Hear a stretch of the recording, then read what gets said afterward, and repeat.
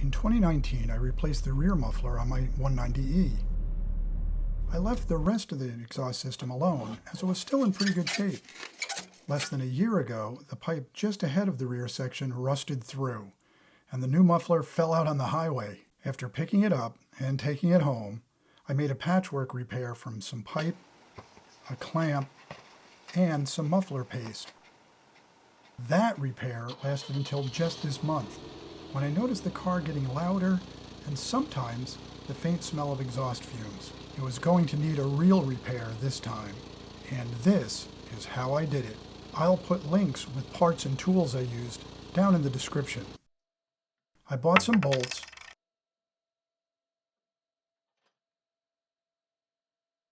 a clamp, and the special fiber gasket that hooks it all up to the catalytic converter. I also bought a new center muffler section.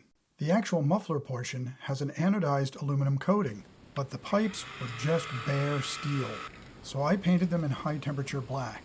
While that was drying, I raised the car up high enough at both ends to work underneath it.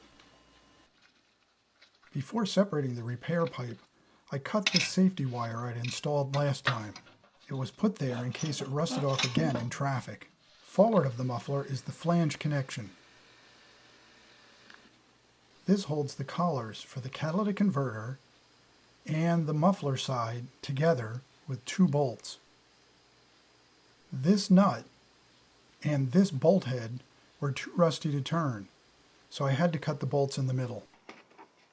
Space is tight, so I used a compact rotary tool with a reinforced cutting wheel.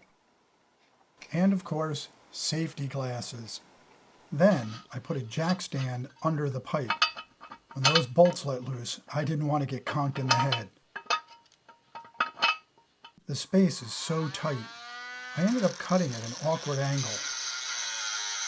It took me a few minutes, but soon I could extract the old gasket and move to the rear muffler mount. This molded rubber mount attaches to the body and then allows the outrigger bracket on the muffler to slide freely. I used a little robot cologne to assist pulling the bracket out. I was going to need special rescue sockets to extract those rusted collar bolts. This type has the advantage of both internal 3/8 square drive and hex flats on the outside to fit other regular wrenches. At first, I tried to use a power tool, but again, tight spaces meant there was just no room. I eventually used the socket, the ratcheting wrench, and a pair of locking pliers to get the old bolts out. With the paint completely dry, it was now time to get the new muffler under the car and up into place. I started at the back and set the new bracket into the rubber body mount. Rather than try to hold the pipe up in place by hand, it was time for the jack stand again. I cleaned up the flange on the catalytic converter with a green scouring pad, and in went the new gasket. Two new steel bolts with stainless steel nuts and washers were next in place. My biggest problem up to now is that I can't fit power tools into these tight spaces, but that's where ratcheting wrenches really saved the day. Soon, the new connection was sealed up tightly. It was time to reinstall the old rear muffler. And my next round of frustration. I had to install, remove, and refit the pipe a couple of times. Each time, the pipes just weren't sliding together far enough.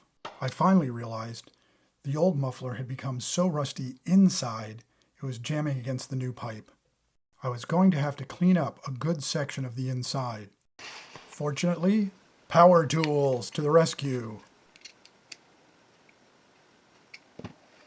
A few minutes work with the spinny wire brush, and the pipe inside was smooth enough to overlap well.